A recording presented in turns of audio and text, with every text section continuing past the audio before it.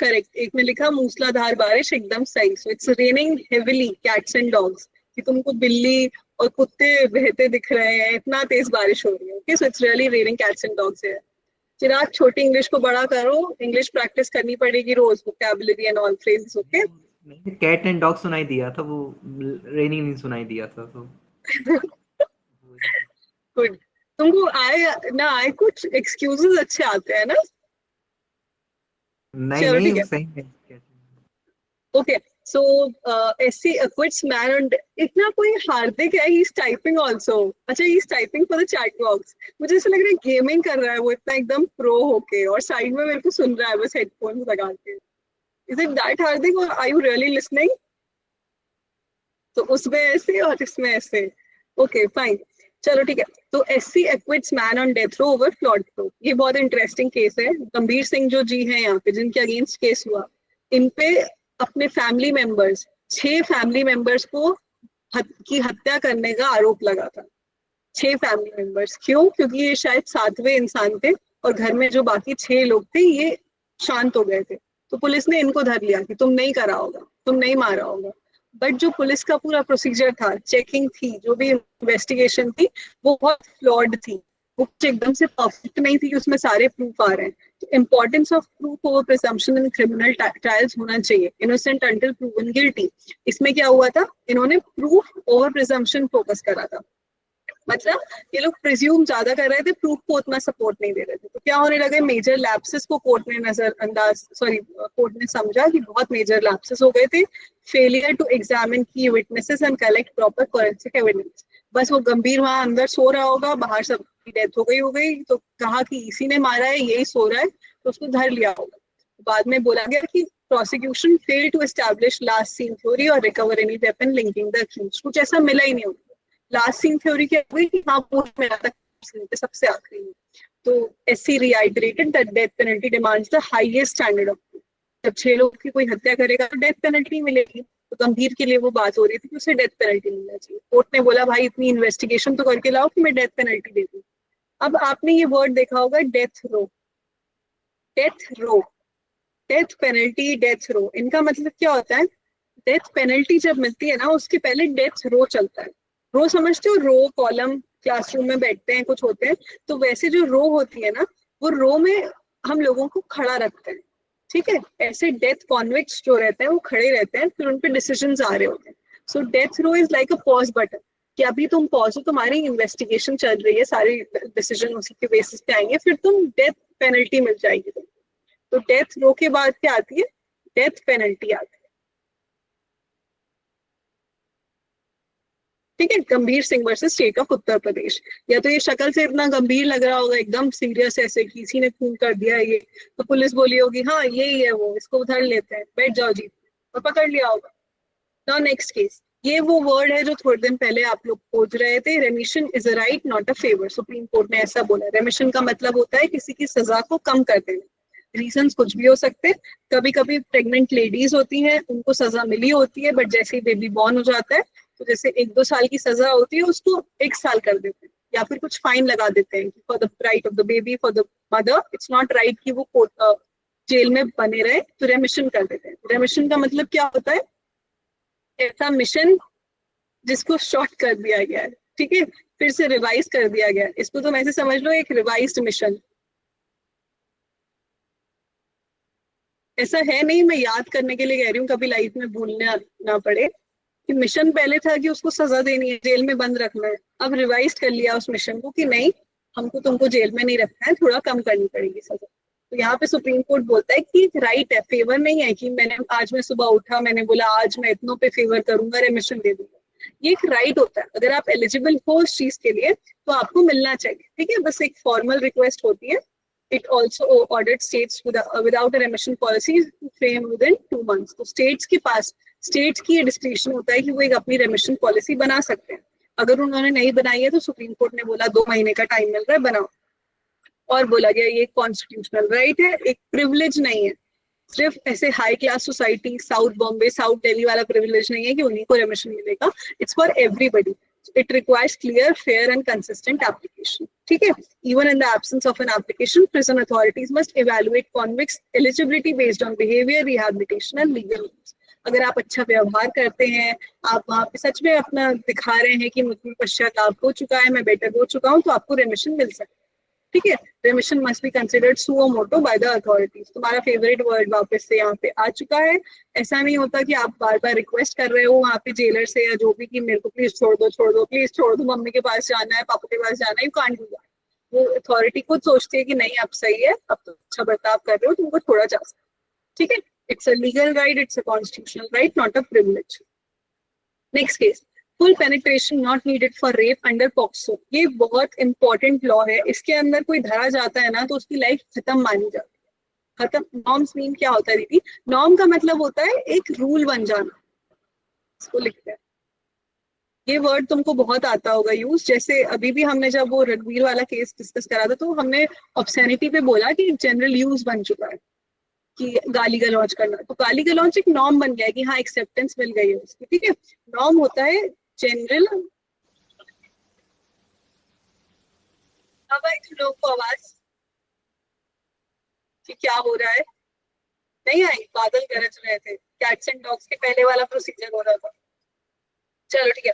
Full penetration not needed for rape under POCSO. So I was saying that the moment a person is convicted under this case, or even suspected of being under this act, उसकी life खत्म है मान लो. When you come to law school and you read this act, ये इतना stringent है, specially for people who are in the administrative service. अगर आप कुछ ऐसी पोजीशन पे हो कि लोग आप पे फेथ कर सकते हैं, पब्लिक सर्वेंट अगर आप हो और आप इस केस के अंडर आते हो तो लाइफ तो फिर मेजरली खत्म ही खत्म है. तो केरला हाईकोर्ट ने यहाँ पे फिर से ये एक प्रोग्रेसिव जजमेंट देता है. केरला हाईकोर्ट यहाँ पे बोला गया कि full vaginal penetration is not necessary to establish the offence of rape. Even slight contact with external genitalia can amount to penetrative sexual assault. So it's not important कि penetration हुआ हो, sexual intercourse हुआ हो. अगर थोड़ा बहुत उससे भी आउटर चीज रहती है, वो बाहर का रहता है, तो भी हम उसको रेप मानेंगे. राइट? केस का नाम है X versus deputy superintendent of police and other. कोई मेरे को ये बताएगा एक्स क्यों नाम है? Anybody who can tell me? Yes Darshani बताइए. क्योंकि विक्टिम का नाम एक्सपोज नहीं कर सकते हैं. Right, exactly. तो जब तुम पॉक्सो पढ़ोगे ना, पॉक्सो एक्ट में ये तो मेंशन कर रही है कि क्या पेनिट्रेशन है, वजाइनल पेनिट्रेशन है, रेप क्या होगा, ये क्या होगा. उसमें ये भी बताया है कि विक्टिम कॉन्फिडेंशियलिटी मेंटेन रहनी चाहिए. उसमें बोला गया है कि जब तक जरूरी नहीं होगा आप विक्टिम का नाम बाहर नहीं लाओगे. और ये एक्ट इतना आगे का है कि इसने मीडिया हाउसेस को भी कवर करके रखा. अगर मीडिया में नाम रिलीज हो जाता है या कुछ होता है तो वो media house with that reporter सबको डिसमिस कर दिया जाएगा, उन पे पेनल्टीज लग जाएंगी. ठीक है? The child's testimony, if credible and consistent with medical findings, is sufficient for conviction, even without independent witness. अगर बच्चे ने बोल दिया तो मान लिया जाता है कि हाँ उसके साथ ऐसा हुआ है. हमें अलग केसेस, अलग विटनेस नहीं चाहिए होते. अगर किसी ने बोल दिया बच्चे ने कि हमारे साथ ऐसा हुआ है तो कोर्ट को मानना पड़ता है कि दर्ज हो जाता है पॉक्सो के अंदर. पॉक्सो का फुल फॉर्म क्या होता है? Protection of children from sexual offences act. Protection है, प्रिवेंशन नहीं है. प्रिवेंशन ऑफ चिल्ड्रन, तुम क्या करोगे? चिल्ड्रन को प्रिवेंट किससे करोगे? प्रोटेक्ट करोगे ना उन्हें सेक्सुअल ऑफेंसेस से. इसको बहुत लोग ना मिस्टेक कर देते हैं. कभी कभी एलिट ऐसे क्वेश्चन पूछ लेता है, तुमको लगेगा हाँ पॉक्सो तो मेरे को फुल फॉर्म पता है. एलिट क्या करेगा? उसको पता है पॉक्सो पे सब प्रिवेंशन प्रोटेक्शन पे ध्यान नहीं देते. This is protection of children और फ्रॉम सेक्सुअल ऑफेंसेस एक्ट, जो अभी मैंने एक सीरीज बताई नेटफ्लिक्स पे. हाँ, क्लैट में पूछा था ना सेम क्वेश्चन. राइट. सो अभी जो तुमको नेटफ्लिक्स पे एक सीरीज मैंने बताई, मामला लीगल है, उसमें ना एक लॉयर रहती है. तो वो एक बार ये पॉक्सो का ही कुछ केस चल रहा होता है, तो वो वहां पे बोलती है बड़े लॉयर को कि आपको पता नहीं है it's regarding prevention of children from sexual offences act. ये प्रॉब्लम हो जाती है. ये लोग प्रूफ रीडिंग नहीं करते अपनी स्क्रिप्ट का. वहां पे उसने प्रिवेंशन बोल दिया, but instead it is protection. Okay, so this was the case. Child centric है ये लॉ और स्ट्रिक्ट है काफी. मेडिकल एविडेंस लगता है, चाइल्ड टेस्टिमनी, और ये होता है कन्विक्शन. ऐसा भी नहीं कि सिर्फ बच्चा बोल रहा है तो तुरंत ही मान लिया कि हाँ ये मान तो सकते हैं, बिल्कुल होता है, बट थोड़ा मेडिकल एविडेंस भी चाहिए. ठीक है, क्या हो गया अब, as per section 3A, even the slightest penetration or contact with the child's genital area amounts to penetrative sexual assault. Rupture of the hymen is not required. अगर तुमको नॉलेज होगी थोड़ी बायोलॉजी की, तो हाइमन अगर ब्रेक होता है तो माना जाता है कि सेक्सुअल इंटरकोर्स हुआ है, बट केरला हाईकोर्ट ने बोला it's not necessary hymen break हुआ, कभी कभी हाइमन ब्रेक नहीं भी होता है और सेक्सुअल इंटरकोर्स हो जाता है. So don't, in your medical evidence don't just see कि हाँ हाइमन ब्रेक हो गया है तो चाइल्ड के साथ कुछ गलत हुआ है. It can happen even without the same. ठीक है. Now we move on to the next case, which is women can claim maintenance from second husband even if first marriage not legally ended. ये case हमने almost कल भी करा था, वैसे ही कुछ केस है. तो मेरे को यहाँ पे एक चीज डिस्कस करनी है which I did not do yesterday, which is alimony and maintenance का difference. ये कल तुमको आना चाहिए था दिमाग में, बट तुमको नहीं आया क्योंकि तुम लोग बहुत डायरेक्टेड सोच रख रहे हो. मे बी चलता है सब सेम है. I tell you the difference not to make you confuse. I know a lot of you know about the same. Alimony का मतलब होता है, जैसे वो कौन सा क्रिकेटर जिसका अभी डिवोर्स हुआ था, यूजी चहल का हुआ था ना शायद, धनाश्री के साथ, ऐसा कुछ. तो कितना फेमस हुआ था कि 60 करोड़ एलिमनाई थी धनाश्री ने. ठीक है, ऐसा कुछ आया था. समांता का जब डिवोर्स हुआ था, समांता रुथ प्रभु करके जो फेमस एक्ट्रेस है, उसका ये आया था कि उसने 270 करोड़ की एलुमनाई को ठुकरा दिया था. तो एलुमनाई क्या होती है? एक होलसम अमाउंट होती है, लंप सम या होलसम. ये एक बड़ा अच्छा खासा अमाउंट होता है. हाँ, हार्दिक का भी. ठीक है. तो ये एक बड़ा अच्छा खासा अमाउंट रहता है जो एक बार में पति अपनी पत्नी को दे देता है या फिर पत्नी अपने पति को दे देती है. जेंडर न्यूट्रल है ये. ठीक है. मेंटेनेंस क्या होता है? जैसे समझ लो तुम्हारा घर का कोई इलेक्ट्रॉनिक सिस्टम होता है, एसी फॉर एग्जांपल होता है, तो बार बार हर 6-7 महीने में हम मेंटेनेंस वाले को बुलाते हैं ना, भाई चेक करो सही चल रहा है कि नहीं चल रहा, ये हो रहा है कि नहीं हो रहा, वो हो रहा है कि नहीं हो रहा. हम keep on rechecking it. So maintenance is like that. आपको रोज रोज उसमें थोड़ा सा पैसा भेजते रहना पड़ेगा. सो मेंटेनेंस या तो 6 month, by month, every month, ऐसा कुछ होता है. एलुमनाई एक लमसम होती है जो पति लोग ज्यादातर कहते हैं कि जान छूटी, भले ही मेरे 60 करोड़ जाए, कुछ भी जाए, फुल टी शर्ट एक बार पहन के कोर्ट से निकलूंगा, पैसे दूंगा, खत्म, केस ओवर.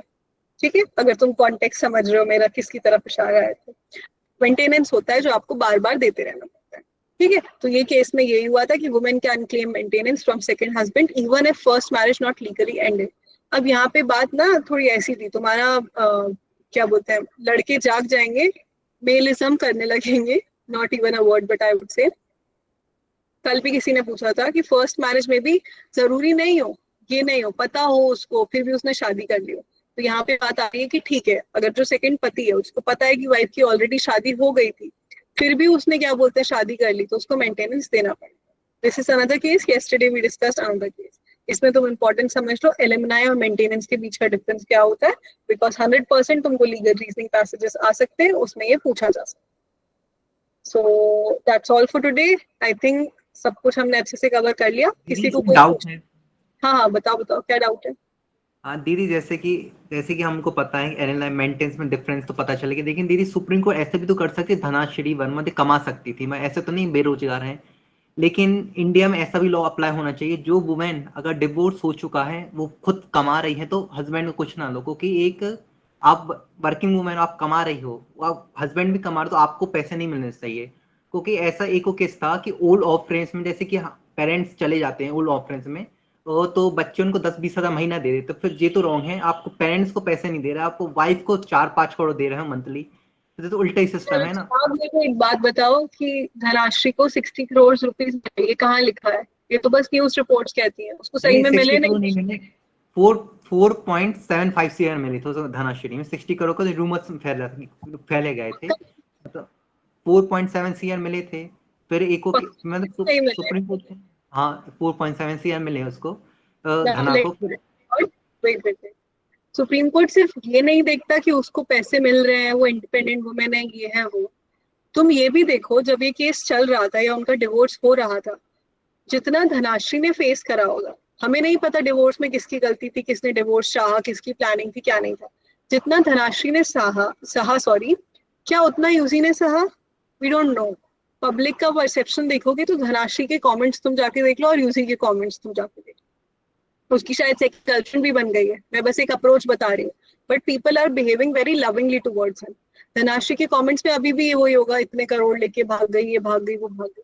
मैं तुमको जज पर्सपेक्टिव बता रही हूँ। जज मेंटेनेंस एलुमनाई सोचता है ना, तो वो ये सोचता है कि उसका काम में भी कंटेंट क्रिएशन में ब्रांड डील्स पे चल रहा है। डिवोर्स के बाद उसकी कितनी ब्रांड डील्स छूट जाएंगी, उसके पास हो सकता है कुछ भी ना आए, वो इंडिपेंडेंट वुमेन है, बट उसका काम बहुत ऐसे पे डिपेंड करता है कि पब्लिक परसेप्शन बहुत मैटर। बट डिवोर्स ने पूरा पब्लिक परसेप्शन उसका बदल दिया है। तो हो सकता है वैसी सिचुएशन में आए, हो सकता है उसने बहुत ईएमआईज पे चीजें लेके रखी हो, लोन्स पे लेके रखी हो, तो कोर्ट को दिख रहा हो कि वो सस्टेन नहीं कर पाएगी खुद को। वो कमा सकती है बट अभी पिछला भी बहुत बचा है, तो उस पर बहुत एडेड बर्डन आ जाएगा।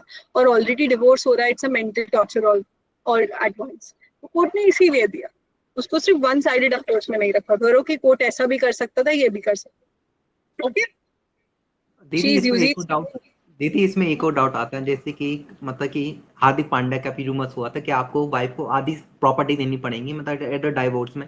उसने फिर ये अपनी तो माँ फिर के नाम पे प्रॉपर्टी कर दी। हाँ फिर ये तो गलत हुआ ना दीदी, जैसे कि हम लोग देखते हैं जे इंडिया में सबसे बड़ा डिवोर्स का हुआ था, जैसे रोशन की वाइफ का मतलब 250-300 करोड़ दी, 345 करोड़ दिए थे उसने अपनी वाइफ को। वो मतलब 345 करोड़, मतलब कि वो लाइफ टाइम जी लेंगे, फिर इतना क्यों दे रहे हैं? मतलब जी भाई इतना क्यों? नेटवर्थ देखी जाती है, ऋतिक रोशन की नेटवर्थ होगी बहुत ज्यादा। वो जितना इसने एक बार में एलिमनाई में दिया है ना, वो एक मूवी से कमा भी लेता होगा। तो ऋतिक रोशन की एक्स वाइफ को झेलना भी है वो लाइफ टाइम की, उसका डिवोर्स हो चुका है।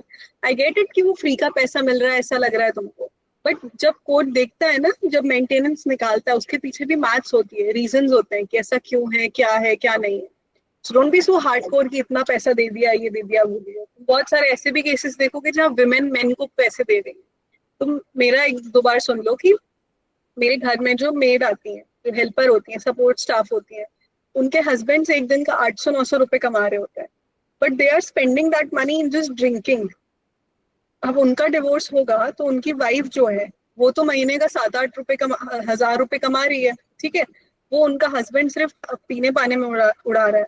अब कोर्ट ने अगर उनकी वाइफ को, उसकी वाइफ को बोल दिया कि भाई तुमको एलिमनाई देनी पड़ेगी, अपने हस्बैंड को मेंटेन करना पड़ेगा, तब तो तुम ये नहीं सोचोगे, तब तो कॉन्सेप्ट आना चाहिए ना कि हो सकता है वो पी पा के सब उड़ा रहा हो, कुछ कर रहा हो, तो उसको थोड़ा सा मेंटेन करना पड़ेगा, हेल्प हो जाएगी, वो अपने पैरों पे खड़ा हो पाए। I am just telling you a general concept, okay. No cross questions allowed, Chirag now control. एक लास्ट लास्ट छोटा सिंपल क्वेश्चन है बस, इसके बाद नहीं पूछना। हाँ दीदी, जैसे कि अभी रिसेंटली केस में आया था, मतलब हुई थी 1-2 महीने की बात, क्या 2-3 महीने की बात पुरानी, जैसे कि वुमेन, मतलब वो वुमेन थी इलाहाबाद हाई कोर्ट की, जैसे उनने बोला था कि वाइफ को 50 लाख चाहिए थे, 50 लाख नहीं थे हस्बैंड के, वाइफ मतलब हस्बैंड 30 लाख दे रहा था डिवोर्स के लिए। तो जज ने मना कर, नहीं भाई, आपको 50 लाख उसके हस्बैंड के पास नहीं है, आपको उतने नहीं मिले, 30 ही लाख मिलेंगे। तो ऐसे तो दीदी वो तो ललचा रही है, मतलब वुमेन, तो ऐसे में देना सही है क्या नहीं है उसको? नहीं तुम तो भाई डिवोर्स चाहिए लेकिन तुम्हें। सिटी से बिलोंग करते हो? हाँ कहाँ से हो तुम, एमपी में? एमपी, ये भोपाल के पास ही में है, सागर। सागर से हो ना? नहीं, मेरे को थोड़ा थोड़ा एक्सेंट से लगा, इसीलिए मैं पूछ रही थी। Don't worry, I get it, but तुम इस चीज की चिंता मत करो, ये हो रहा है वो हो रहा है। सबसे important Chirag, the only thing you can change is be a man जिससे कोई लड़की डिवोर्स ना करना चाहे, okay. This is a straight forward answer and the only critical way I can respond कि शादी वादी करो, सब करो, बट इतना प्यार करो अपनी वाइफ को, इतना इतना मस्त उसको खूब सारे गिफ्ट्स और सब कुछ अच्छे से, एक्ट्स ऑफ सर्विस पूरी रखो कि वो तुमसे डिवोर्स ना लेना चाहे, तो तुमको ये सब का सोचना ही नहीं पड़ेगा। और एक और चीज है, शादी कर लो पर कमाओ मत, तो ये भी एक तुम्हारी हेल्प हो सकती है, फिर तो कोई मेंटेनेंस ही नहीं मांगेगा, ठीक है। चिराग बोलो रिप्लाई। नहीं दीदी, इसके ऊपर गाना गा चुका हूँ मैं। गाना गा चुके, चलो चलो, गाना कभी और सुनेंगे। एनीबडी एल्स जिसको कोई क्वेश्चन हो, कुछ सवाल हो, कोई टॉपिक वापस से समझना हो? मैम एक छोटा सा डाउट था मैम। हाँ दक्ष बताओ। मैम ये जो लास्ट वाला टॉपिक था, अगर सेकेंड हस्बैंड को मालूम नहीं है कि उसकी वाइफ ने फर्स्ट मैरिज कर रखा है, तो उसको कैसे उसको क्यों एलुमनाई देना पड़ेगा या मेंटेनेंस देना पड़ेगा? It is unfair for him also, no ma'am? Right, right. You are completely right. We discussed it yesterday also थोड़ा सा इसी lines पे that the husband might not know that wife की second marriage हो रही होती है. But कभी कभी ना वो situations, and this is also you will see ये सुप्रीम कोर्ट का जजमेंट है, वो भी सुप्रीम कोर्ट का जजमेंट है. आई थिंक अनफेयर होता है बट कोर्ट निटिग्रिटी इसमें जानता है जाता है. कभी कभी वो ये देखता है कि वो हस्बैंड इतना केपेबल है कि वो मेंटेन कर सकता है क्योंकि शादी तो हो चुकी है उनकी. So they allow. So it really depends from case to case. Okay. Yes ma'am. Yes, I know it's not very satisfactory as an answer to say. मेरे को बोलते हुए भी लग रहा है it's not completely right, but ऐसा ही होता है. Depends from case to case. जैसे कल हमने देखा तो मैरिज void थी, फिर भी अलाउ कर दिया. यहाँ भी मैरिज void है, फिर भी अलाउ कर रहे हैं. So it really depends. Ma'am ये थोड़ा अनफेयर नहीं है मैम? लाइक अनफेयर टाइप है. डाउरी को ये लोग इलीगल मानते हैं, मगर फॉर मी लाइक मेरा थोड़ा परसेप्शन वैसा है कि मॉडर्न टाइप डाउरी टाइप है. अगर a female can earn, she is earning, then a man has to pay her expenses. मतलब 1 साल की वेडिंग हो, मेरे घर के, मेरी मम्मी के साइड के एक नेबर थे नानी के घर के सामने, तो उनके लड़के का शादी हुआ था. 3 महीने भी नहीं हुआ, उसको 25 lakhs का एलुमनाई देना पड़ा था उसके अपनी वाइफ को, और उसने दूसरी शादी कर ली. So it is not fair, no ma'am? Right, right. This is not fair and I completely agree. But you have to understand India का कितना पार्ट मॉडर्नाइज्ड है अब. अभी इतना सारा पार्ट इंडिया का बचा है जहाँ पे डाउरी चल रही है बट मेंटेनेंस एलिमनाई नहीं चल रहा है. सो अ woman is coming to her husband's house with a lot of dowry, or as Chirag says, gifts. But when she has to file for a divorce or when she is getting a divorce from her husband, उसको alumni या maintenance नहीं मिल रहा है. सो जब आप ये case पढ़ोगे ना तो आप देखोगे वो वुमेन या मेन जो होते हैं वो कौन से लेवल ऑफ स्टैंडर्ड से आ रहे हैं, क्या हो रहा है. बट इसका एक इंटरप्रिटेशन ये होता है कि हम जनरली देख रहे हैं इसका फायदा ना हाई क्लास लोग ज्यादा उठा रहे हैं, like women who are financially independent. So courts ने भी बहुत सारी जजमेंट्स में ऐसा बोला गया है कि अगर आप ऐसी विमेन हैं जो अच्छा खासा कमा रहे हो, your living standard is okay, you don't have any problem, so people don't want you to ask for alimony और मेंटेनेंस. ठीक है. ओके. हाँ हाँ, एक मिनट. आर्यन बताओ क्या डाउट है. My doubt is it's alimony or alumni? Alimony. Okay. अच्छा, एक fun fact. Do you guys know, sorry, money singular होता है, प्लूरल मनीज होता है. I hope you know. If you do not, it's a good fact for you today. ठीक है. तो RBI का एक्ट पढ़ोगे तुम अगर, तो उसमें लिखा रहता है बहुत बार monies monies monies. So monies is not a wrong word. You can say that I want to earn so much that I have plenty of monies. You can say that. You don't have to just say plenty of money. Monies भी सही है. So remember this fact, okay? हाँ, प्रज्ञा बताओ क्या doubt है.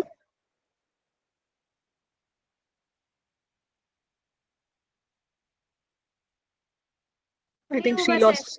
हो गया था. अच्छा, ओके, ठीक है. आयुषी क्या डाउट है.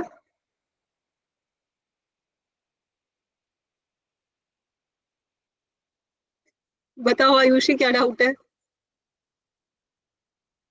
ठीक है. धीरज बताओ क्या डाउट है.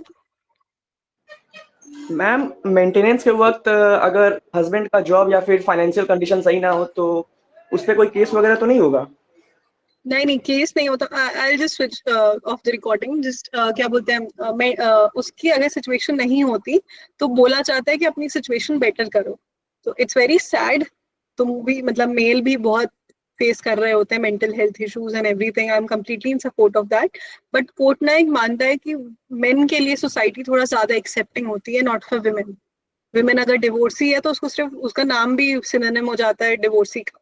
मेन के साथ ऐसा ज्यादातर नहीं होता, राइट. तो अगर आपकी कैसी भी सिचुएशन हो, थोड़ा सा कम देनी पड़ती है बट देनी पड़ती है. Like I have heard cases जहाँ पे 10,000 सिर्फ महीने का कमा रहा है जो मेल होता है, बट डिवोर्स के बाद उसे कम से कम 6-7 हजार अपनी वाइफ को देना पड़ रहा है क्योंकि बच्चा उनके साथ रह रहा है. तो उसके पास सिर्फ 3,000 से 4,000 रुपए बच रहे हैं. So it's a situation we can't deny that is prevalent in India. Yes, Divyansh, what's your question? दीदी लाइक ऐसा पॉसिबल है कि सपोज अगर अभी कोई सैलरीड पर्सन है, उसका डाइवोर्स हो रहा है, वो अभी जॉब छोड़ दे तो ही कैन शो अभी उसके पास कोई स्टेबल इनकम ही नहीं है, तो वो एलिमनी ले ले अपनी वाइफ से एंड बाद में दोबारा जॉब रिज्वाइन कर ले।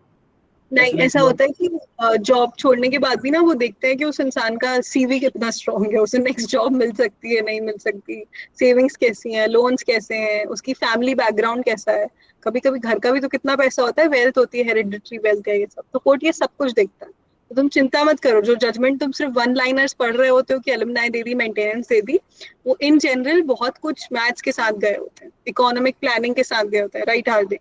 ठीक है, एनी क्वेश्चंस एनीबॉडी नाउ? कोई भी कुछ दूसरा सवाल आज के सेशन को लेके? हमारा 2 months करंट लीगल अफेयर्स हो गया है, in short we can call it CLK also, current legal knowledge. ठीक है, 2 months it's done, January and February, तुम्हारा मार्च भी हो जाएगा, उसके बाद जून में हम एक टेस्ट रखेंगे। ठीक है, जनवरी, फेब्रुअरी, मार्च, और मेरे test are not mandatory to be be happening behind the screens कि बस टाइप करना है या फिर टिक बॉक्स करना है या मॉक।